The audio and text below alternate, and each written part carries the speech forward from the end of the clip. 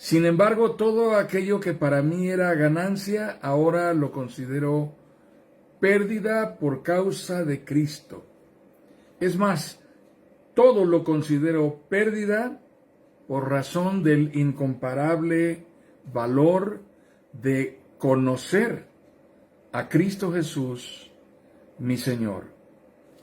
Por Él lo he perdido todo y lo tengo por estiércol, a fin de ganar a Cristo y encontrarme unido a Él. No quiero mi propia justicia que procede de la ley, sino la que se obtiene mediante la fe en Cristo, la justicia que procede de Dios, basada en la fe.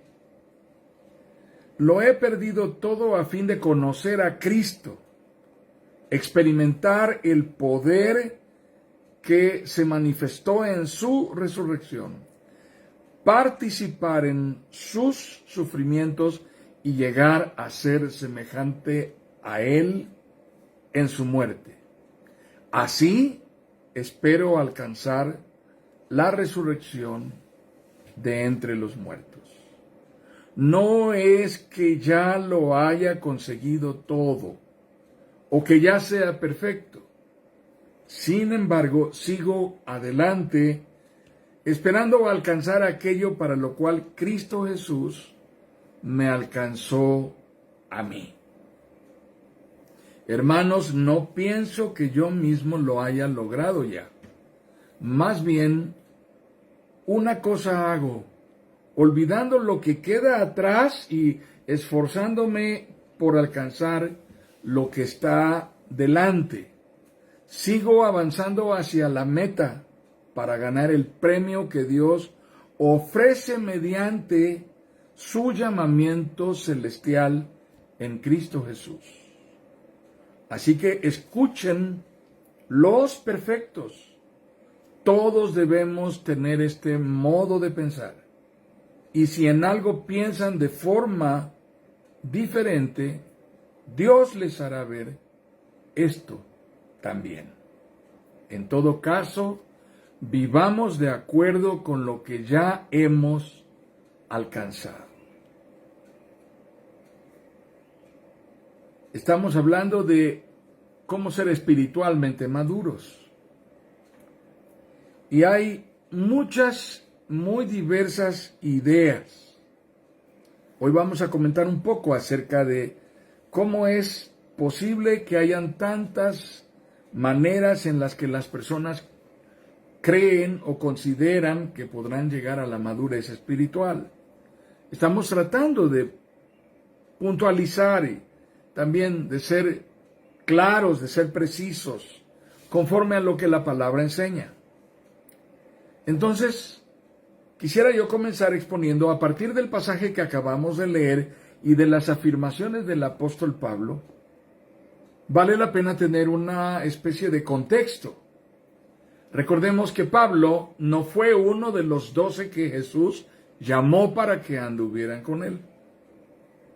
Pablo tampoco conoció personalmente a nuestro Señor Jesucristo como alguien que lo siguió durante su ministerio.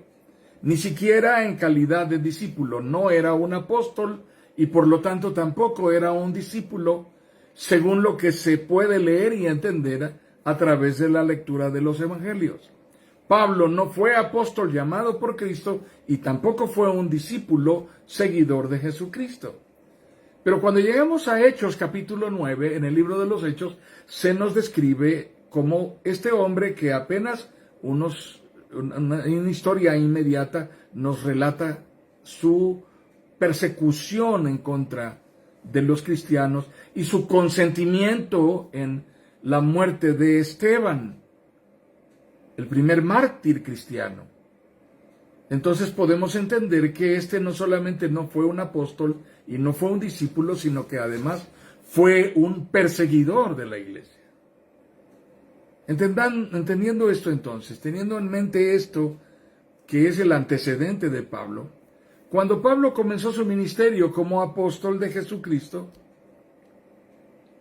él define haber sido llamado a ser apóstol de Jesucristo a partir de ese momento de su encuentro en donde Él es testigo de la resurrección de Jesucristo en camino casi entrando a la ciudad de Damasco.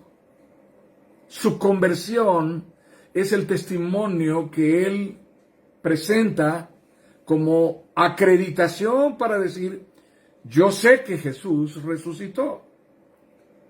Y entonces Él inicia su seguimiento de nuestro Señor Jesucristo, convertido de perseguidor a creyente en Jesucristo.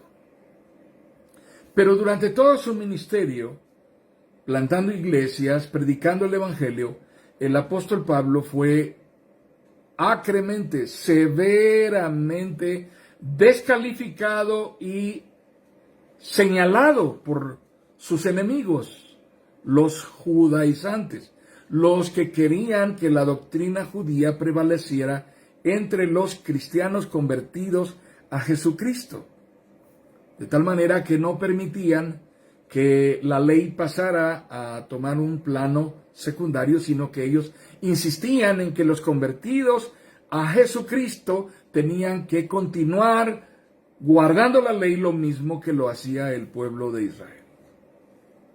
Entonces, entre ellos, los más severos y acres perseguidores del apóstol Pablo lo descalificaban y desconocían que él fuera un apóstol.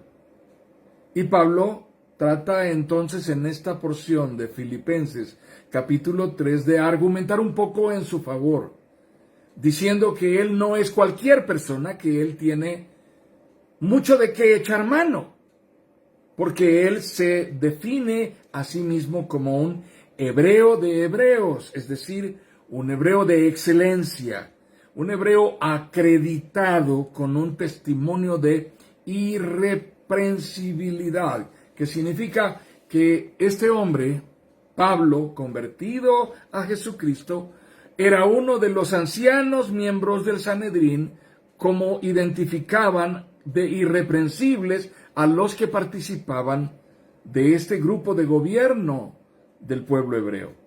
Era un hombre que tenía una calidad moral reconocida en la nación hebrea. Y él dice en Filipenses capítulo 3 que todo en conjunto, su trayectoria, su formación, su educación, sus créditos académicos, sus créditos religiosos y aún las responsabilidades y los cargos que tenía en Israel, lo consideró pérdida. Dice, lo he tomado por estiércol. ¿Por qué? ¿Cuál era el propósito? Él dice, a fin de conocer a Cristo. No quiero todo eso que me pertenecía. Me he deshecho de ello. Nada me interesa más por encima de estar en Cristo, perseverar en Cristo, ser identificado con Cristo, reconocido como seguidor de Jesucristo y por lo tanto siervo de Jesucristo y apóstol de Jesucristo. Ahora bien, esto nos deja una gran lección para nuestro inicio de este día y para el desarrollo de nuestro estudio de este día.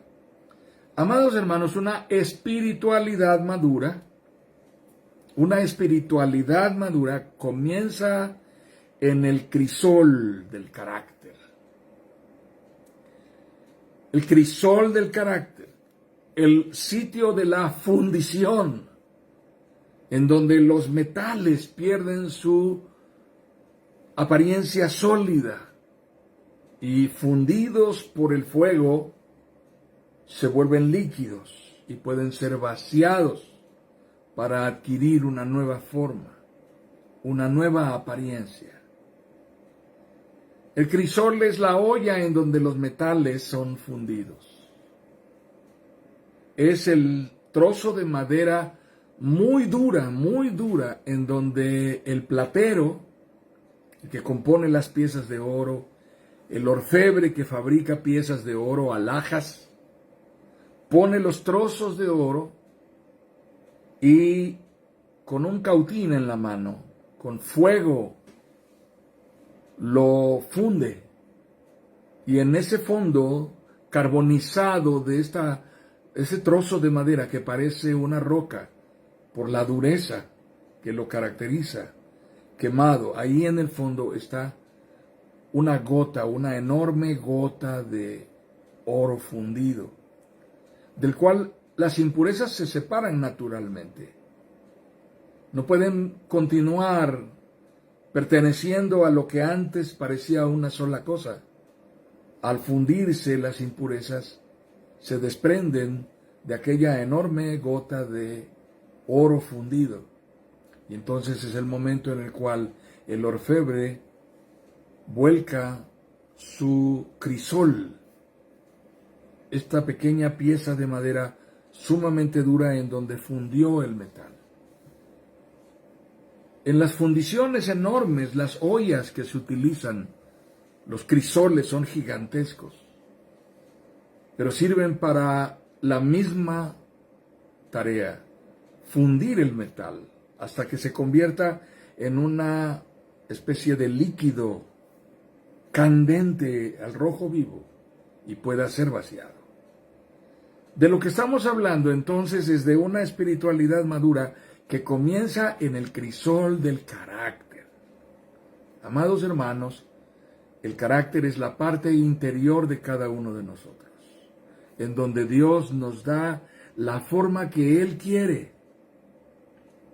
para hacer de nosotros hijos que tienen la imagen del varón perfecto, que es Jesucristo, su Hijo. Así que no podemos esgrimir espiritualidad madura cuando no hemos atravesado por ese proceso, cuando no estamos viviendo este proceso, cuando no estamos viviendo el proceso en el cual Dios, en su trato con nosotros, está transformando la persona que yo soy por dentro. Una espiritualidad falsamente cimentada estará construida sobre nuestra propia suficiencia, sobre nuestros créditos, sobre lo que nos da satisfacción a nosotros, el mérito propio, y no sobre la base de un discipulado que se identifica con la cruz de Jesucristo. Tomemos en cuenta esto, hermanos. No estamos buscando una espiritualidad inflada de apariencias, en la que podamos impresionar a los demás con la idea de que somos gente muy consagrada, muy espiritual, y para ello llegan a echar mano de los créditos que mostramos, la soltura, la suficiencia, la solvencia, la fluidez con la que pudiéramos hablar un lenguaje que aparenta ser espiritual, y no identificándonos con la cruz de Jesucristo. Estoy leyendo las palabras del apóstol Pablo, y esto es lo que el apóstol Pablo dice en Efesios, capítulo 4. De este modo todos llegaremos a la unidad de la fe y del conocimiento del Hijo de Dios, a la humanidad perfecta que se conforme a la plena estatura de Cristo. Así ya no seremos niños, zarandeados por las olas y llevados de aquí para allá por todo viento de enseñanza y por la astucia y los artificios de quienes emplean artimañas engañosas. Más bien, al vivir la verdad con amor, creceremos hasta ser en todo como aquel que es la cabeza, es decir, Cristo. Esto es Efesios capítulo 4, versículos 13 al 15. De esto es de lo que Pablo está hablando. Ahora, quisiera ser muy claro, exponiéndoles con una forma sencilla, que es lo que a veces argumentamos para presumir cierta espiritualidad. Solemos confundir lo que la vida espiritual madura es, equiparándola con otras cosas que pretenden suplantarla, pero que no tienen ningún fruto en nosotros. Así que no podemos creer que somos espiritualmente maduros esgrimiendo causas como, por ejemplo, tener cargos eclesiásticos. Yo tengo muchos cargos eclesiásticos, por lo tanto soy más espiritual que los que no tienen ningún cargo eclesiástico. Falso. Los cargos eclesiásticos no retribuyen madurez espiritual. De hecho, es común encontrar personas que tienen una aparente solvencia para asumir cargos y responsabilidades que les son dadas por su simpatía, por esa apariencia de solvencia y de fluidez, de liderazgo, de influencia sobre otros, pero no madurez espiritual. Así que tener cargos eclesiásticos no es madurez espiritual. Tampoco los dones. Presumir dones espirituales está de moda. La gente piensa que entre más habla de sus dones y los exhibe delante de otros, podrá lograr que los demás piensen que es una persona espiritualmente madura. ¿No? Madurez espiritual no tiene que ver con eso. Personas, como en la iglesia de Corinto, pueden tener muchos dones y presumirlos, exhibirlos en la congregación, hacer que otros se impresionen de ello y al final de cuentas no ser personas espiritualmente maduras. Solamente están exhibiendo algo que impresiona a otros, pero que no necesariamente significa madurez espiritual. Haber desarrollado un ministerio por largo tiempo, algún quehacer en la obra. Yo toqué mucho tiempo en los grupos de alabanza, no sé, yo dirigía las reuniones, yo era el que se hacía cargo de esto o de aquello. No necesariamente significa ser espiritualmente maduros. Me pregunto cuántas personas realmente están motivadas para estar allí en lo que están haciendo por el hecho de que anhelan identificarse con Cristo y con la cruz de Jesucristo. O solamente están haciendo lo que están haciendo porque les gusta la guitarra, la batería, el teclado, el movimiento que hay detrás de todo esto y porque les entusiasma estar en esto, no porque realmente estén actuando de una manera que los lleve a una verdadera madurez espiritual. Es necesario tener cuidado en esto. Hay otra cosa más que quiero decir. La gente piensa que la madurez espiritual se adquiere por antigüedad. No, tener muchos años de ser cristiano o de ser miembro de una iglesia naturalmente te va a retribuir madurez. No, no es cierto. Hay muchas personas que han pertenecido a una congregación, a una iglesia por décadas y todavía no salen de cuneros espiritualmente hablando. Siguen siendo igualmente inmaduros, porque sus vidas no reflejan una verdadera madurez que nazca a partir del carácter rendido a Jesucristo. Por lo tanto, tenemos que ser cuidadosos respecto a estas cosas con las cuales las personas quieren equiparar la madurez espiritual. Tampoco ser doctrinalmente correctos nos hace espiritualmente maduros. Claro que toda persona que es espiritualmente madura debiera ser espiritualmente y doctrinalmente, bíblicamente correcta. Pero en la realidad hay personas que tienen una teoría correcta de la doctrina, pero no están maduros espiritualmente.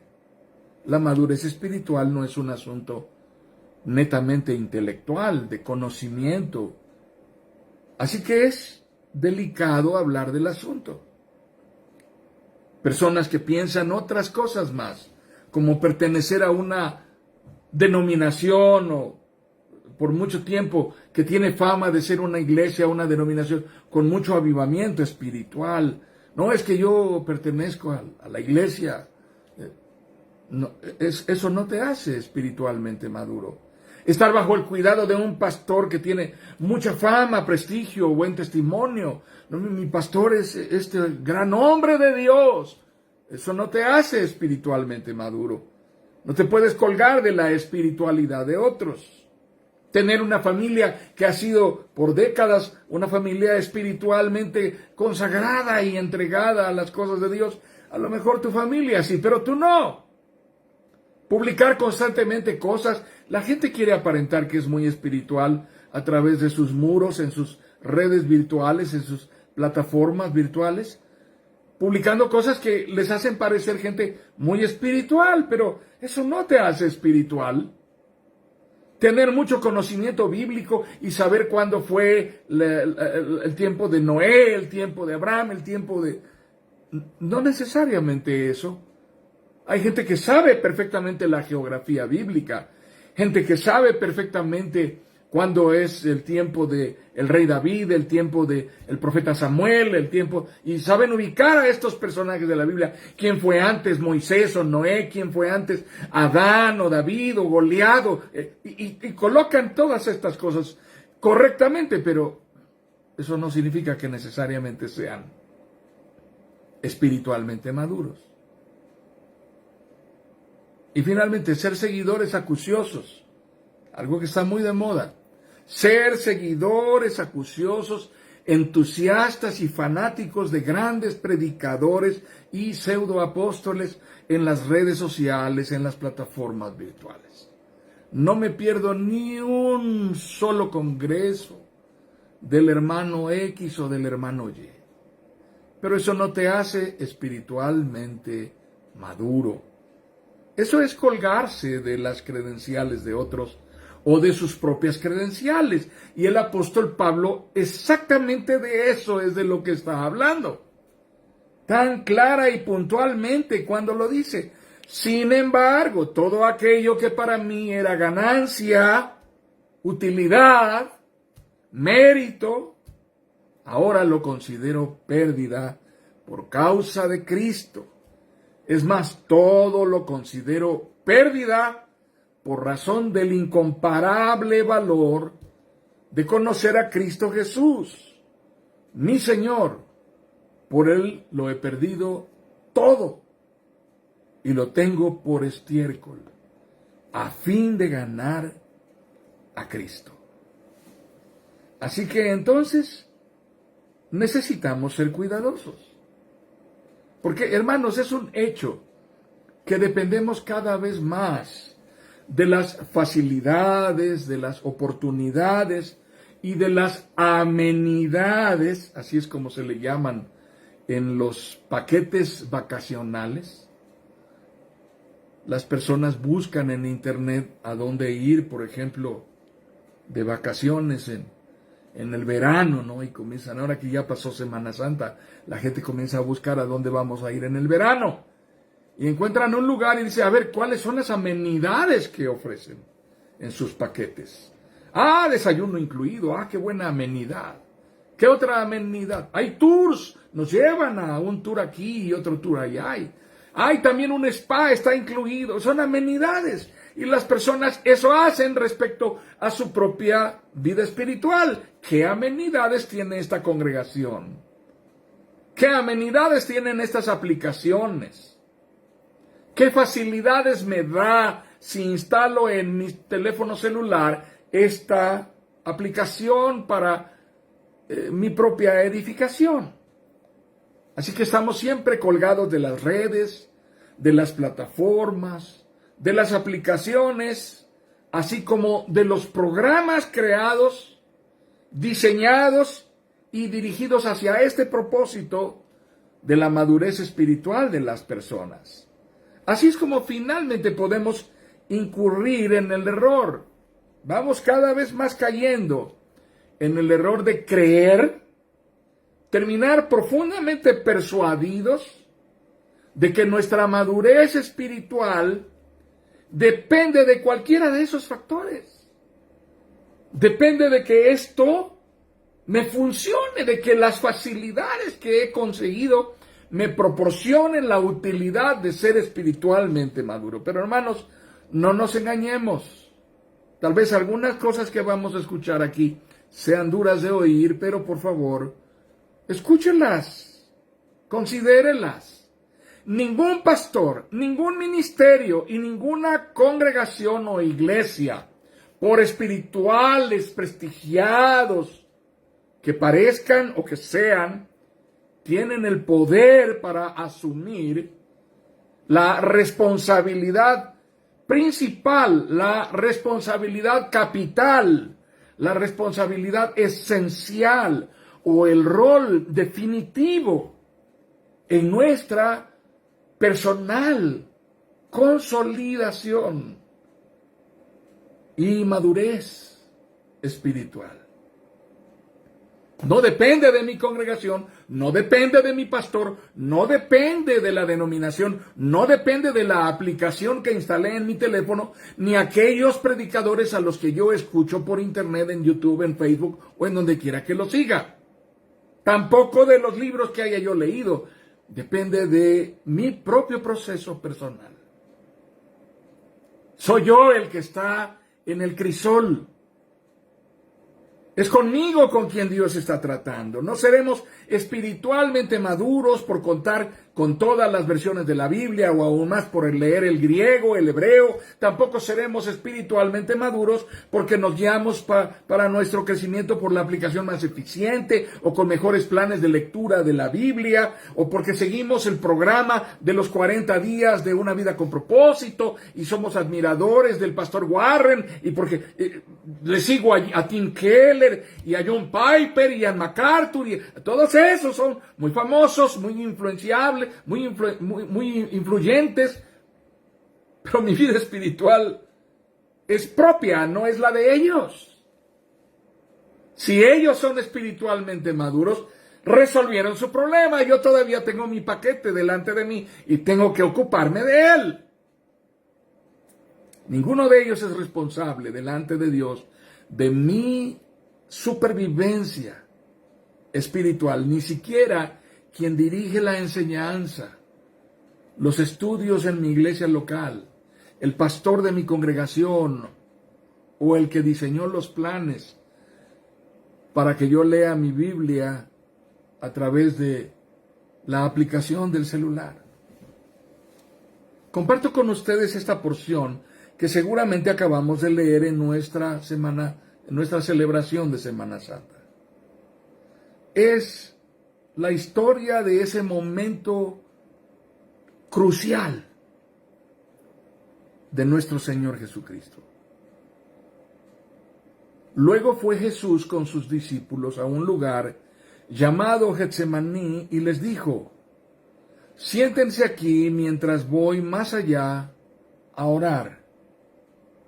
Se llevó a Pedro y a los dos hijos de Zebedeo y comenzó a sentirse triste y angustiado. Es tal la angustia que me invade, que me siento morir. Les dijo: quédense aquí y manténganse despiertos conmigo.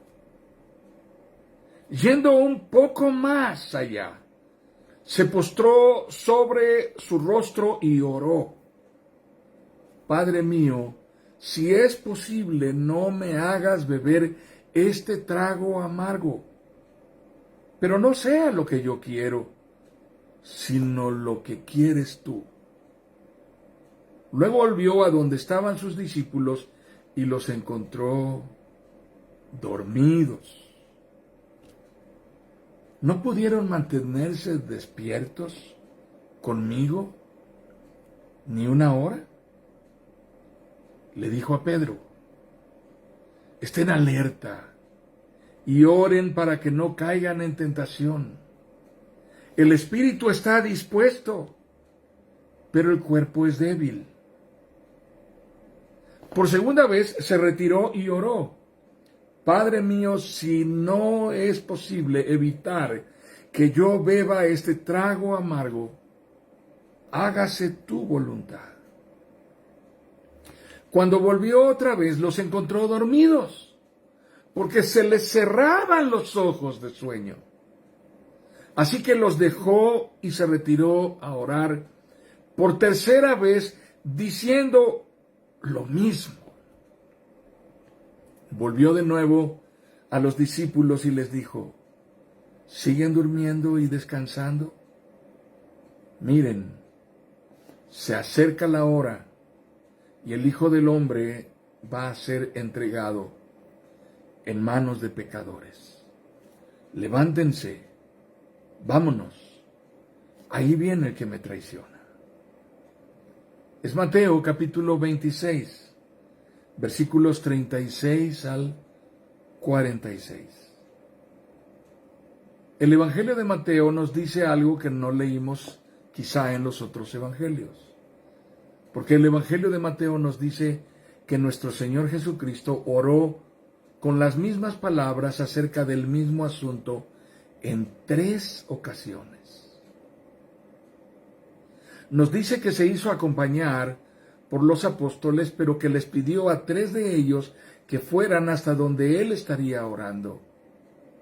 Y les dejó saber a estos 3 hombres la angustia y tristeza casi al borde de la muerte que él estaba experimentando. Y aquellos hombres no pudieron acompañarle en la oración. Se quedaron dormidos mientras él agonizaba. Yo creo que todos los que estamos aquí, que somos hombres casados, tenemos una noción somera, cuando menos, y no quiero aludir a las hermanas que nos están acompañando a través de el estudio bíblico online en Facebook, pero es bueno que escuchen esto, por favor. Todos los hombres que estamos casados aquí sabemos lo que es una esposa que cuando estamos más profundamente dormidos, a eso de las 3 de la mañana, 4 de la mañana tal vez, nos deja oír allá en el fondo de la subconsciencia y de la inconsciencia, en donde está la encrucijada del ya me perdí, un llanto nostálgico, angustiado, que nos hace de pronto volver y oír: ¿y estás llorando? ¿Qué te pasa?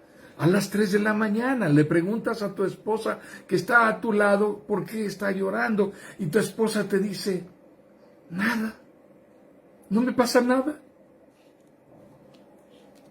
No voy a pedir que alguien levante la mano para decirme si le pasó, pero a esa hora tú, como buen hombre, como hombre natural y normal, dices: ok, está llorando, son las 3 de la mañana, las 3:30, ya me dijo que no pasa nada, perfecto, me doy la vuelta, me acomodo bien y continúo durmiendo.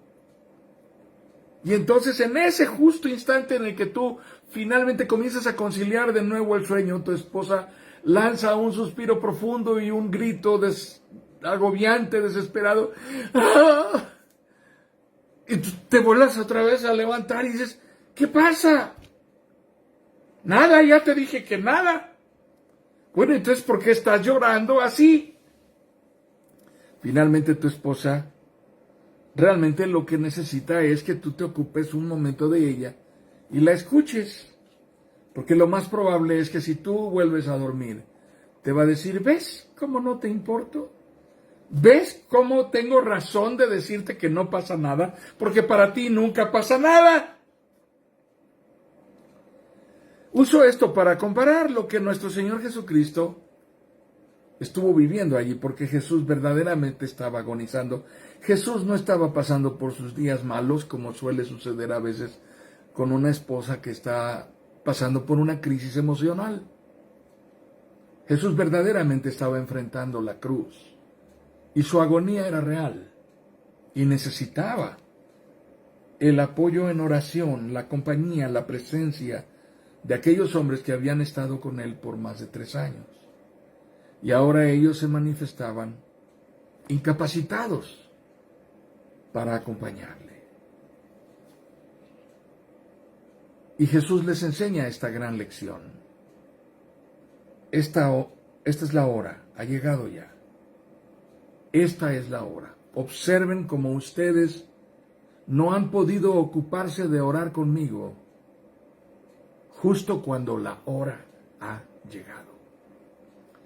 ¿Saben, amados hermanos, lo que sucede cuando no somos espiritualmente maduros? ¿Saben qué va a pasar cuando tengamos que enfrentar las adversidades? ¿Saben qué va a suceder cuando tengamos que dar la cara y armados de todo lo que sabemos de la palabra, todo lo que la palabra ha hecho en nosotros, en nuestra conciencia interior, de nuestra propia declaración de fe para enfrentar la adversidad? Amados hermanos, si no estamos preparados espiritualmente, vamos a ser avasallados. Las aflicciones nos van a revolcar, van a tener un efecto devastador sobre nosotros y con nosotros se van a ir aquellos que dependen de nosotros. Aquellos que creyeron que nosotros éramos sólidos, que éramos fuertes, que éramos consistentes, duros para enfrentar desde una espiritualidad madura cosas que no son fáciles de describir con palabras. La enseñanza de Jesús en esta porción de su propia crisis personal, la palabra crisis viene de la misma raíz de donde proceden las palabras crisol y cruz. Y crisis tiene como origen la palabra juicio en el griego original. Yo soy el responsable delante de Dios de mi vida espiritual. Yo tengo que ocuparme y tengo que asumir la custodia de mi propia formación en Cristo y debo hacerlo responsablemente, dependiendo de la fiel gracia de Dios en apego a su palabra, sin ninguna vacilación y con una férrea y sólida vida de oración. Esto no es un juego. Orar no es un simulacro dominical. Leer la Biblia no es un rito para las reuniones cristianas. Nuestra vida depende de eso. No son las únicas maneras de confundirnos. Pensemos en quiénes son nuestros héroes cuando leemos en la Biblia. Es otra manera de confundirnos acerca de nuestra madurez espiritual. ¿Quiénes son nuestros ejemplos y nuestros héroes espirituales en las historias sagradas? Esto tiene que ver con quién es el personaje bíblico con el cual me siento interiormente identificado. ¿Quién es el hombre de la Biblia que admiro? Cada vez que leo su historia me siento motivado y entusiasmado. Todos tenemos una percepción personal e interior acerca de la personalidad y acerca del carácter de estos hombres con los cuales Dios trató según la Biblia en los pasajes que leemos. Y los admiramos, ¿no es cierto? Hay razones por las cuales hacemos esto, hermanos.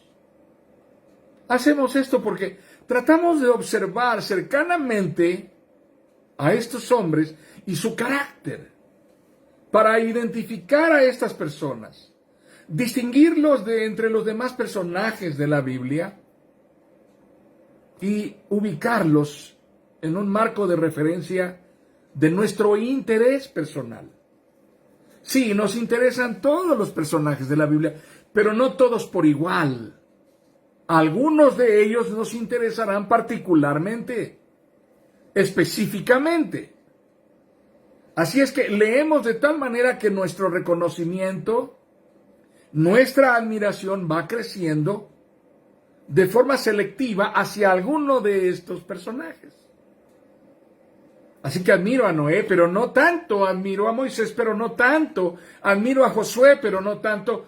Admiro más a Abraham, o admiro más a Samuel, o admiro más a David, o admiro más a Elías. Y cada uno de nosotros va leyendo la Biblia y sintiéndose más profundamente asociado con la historia de alguno de ellos. ¿Por qué hacemos esto? Porque buscamos y encontramos a través de nuestra lectura de la Biblia la similitud que existe entre nuestro personaje admirado, aquel al que le hemos rendido nuestro reconocimiento, y nosotros mismos, hermanos. Buscamos identificarnos con esa persona que está detrás de la historia sagrada. Buscamos aprender acerca de sus procesos de vida, de la manera en que Dios trató con ellos, incluso en sus fracasos, incluso en sus aristas más oscuras y más vergonzosas. Estamos orientados a conocerlos porque nos sentimos identificados y vinculados íntimamente con ellos. En el resultado más venturoso de este ejercicio, que casi todos hacemos al leer la Biblia, en esta exploración personal, podemos adquirir, a través de la palabra de Dios, un discernimiento del carácter de Dios, de cómo es su misericordia fiel, proveyendo para tratar con hombres que son falibles, con hombres que son vulnerables, pero que finalmente fueron instrumento de Dios para cumplir con asignaturas tremendas, asignaturas dadas por Dios. Y lo hicieron muy a pesar de sus limitaciones, y lo hicieron solo por la acción soberana de Dios sobre sus vidas. Así que tenemos razón en este resultado venturoso de admirarlos. Pero es una realidad también. Y cuidado con ello. Porque es una realidad también que solemos incurrir en una forma de exaltación de la vida y del ejemplo de estos hombres. Llegamos a convertirlos en una especie de superhéroes, superdotados, monstruos sagrados, sobrenaturalmente empoderados. Y de esa manera exageramos la historia y magnificamos su experiencia. Por otro lado también, y esto es más peligroso aún, parece que el interés de conocerlos no solo está ubicado en un anhelo por identificarnos con ellos pensando en el trato de Dios con nosotros, de la manera en que sucedió con ellos, o pensando en lo que nos asemeja a estos hombres de la historia sagrada, sino también interesados en conocer sus debilidades, sus fracasos, porque queremos descubrir nuestras propias debilidades, viviendo el proceso de reconocer nuestros propios fracasos. Así es como podemos darnos cuenta del temperamento volátil, cambiante, de hombres como Moisés, o como Saúl, como Jonás o como Pedro, que tenían arranques de ira. O también la debilidad de carácter de hombres como Abraham, como Josué, como Elí,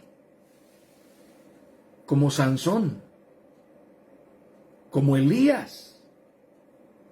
No pasamos por alto tampoco otros aspectos más carnales todavía, al reconocer y darnos cuenta de la sensualidad de algunos de estos hombres de la Biblia, como David, por ejemplo, o como Salomón, su propio hijo. También nos damos cuenta de la nula perseverancia de Pedro, de Jacobo, de Juan, para acompañar a Jesús, velar en la oración. Pero hermanos, sería muy desafortunada nuestra búsqueda en la vida de estos hombres y muy desafortunado e infructuoso nuestro hallazgo si al final de este interés en alguno de ellos, por conocerlo, por identificarnos con ellos y saber cómo Dios trató con ellos, al final de todo eso lo único que consiguiéramos fuese terminar nosotros legitimando nuestras debilidades y nuestros vicios, nuestros hábitos negligentes, nuestra necedad, nuestras preferencias vanas, egoístas, solo porque leí en la Biblia que Abraham o de Isaac o de Jacob o de Moisés o de Josué, Saúl, David, Salomón, Pedro, Tomás, Pablo o Judas y Dios trató con ellos. No pasa nada. Yo también puedo ser igual que ellos. Así que entendamos que en el interés de una espiritualidad madura, si no tenemos claro el propósito esencial de hallar un aprendizaje y obtener el resultado final de una madurez sustentada en la rendición, en la consagración y en el compromiso de obediencia a Jesucristo, que derive en una pertenencia total a Él. Todo sería en vano, hermanos. Nuestros ejemplos y referentes humanos son todos limitados e insuficientes para que vivamos orientados en el esfuerzo de ser como ellos fueron. Sí, es difícil imitar el ejemplo de los grandes hombres de Dios, pero somos llamados a estar conscientes de que eran hombres sujetos a pasiones semejantes a las nuestras, como nos dice la epístola de Santiago. Así que sin el propósito claro y esencial de hallar un aprendizaje y sin el resultado final de una espiritualidad madura construida sobre el trato de obediencia y de rendición a Jesucristo, que derive en una vida consagrada, en pertenencia y total rendición a Él, amados hermanos, todo habría sido en vano. Así que el anhelo de nuestra vida no es ser como ellos fueron. El anhelo de nuestro corazón no es reproducir la vida de ninguno de estos hombres. Todos ellos dejaron huella en la historia sagrada. Todos ellos fueron hombres elegidos y llamados por Dios. Pero no se trata de ser como ellos. Claro que dejaron ejemplo, y hay cosas admirables en ellos, porque todos estos hombres fueron hombres transformados por Dios, pero siguieron siendo hombres falibles, como somos nosotros. Así que es legítimo que encontremos en los ejemplos bíblicos una inspiración y una lección para nuestra propia edificación y madurez espiritual.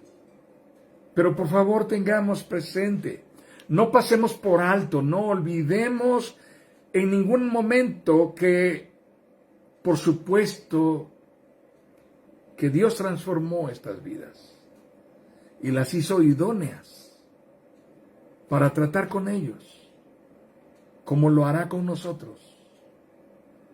Porque el propósito de Dios no es que seamos como aquellos hombres, sino que seamos como su Hijo, Jesucristo, porque Él es el varón perfecto.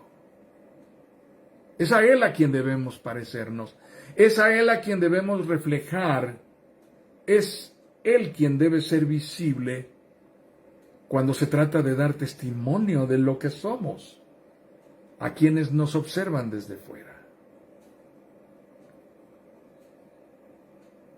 Así que esta es nuestra conclusión de este día.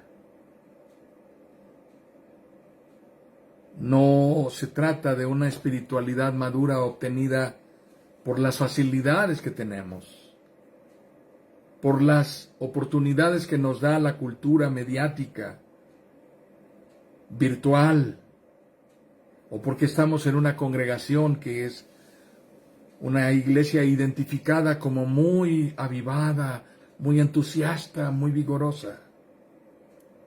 Amados hermanos, una espiritualidad madura comienza en el crisol del carácter, que es la renuncia y la rendición, en donde Dios nos da la forma que Él quiere, para hacer de nosotros hijos que tienen la imagen del varón perfecto, que es Jesucristo.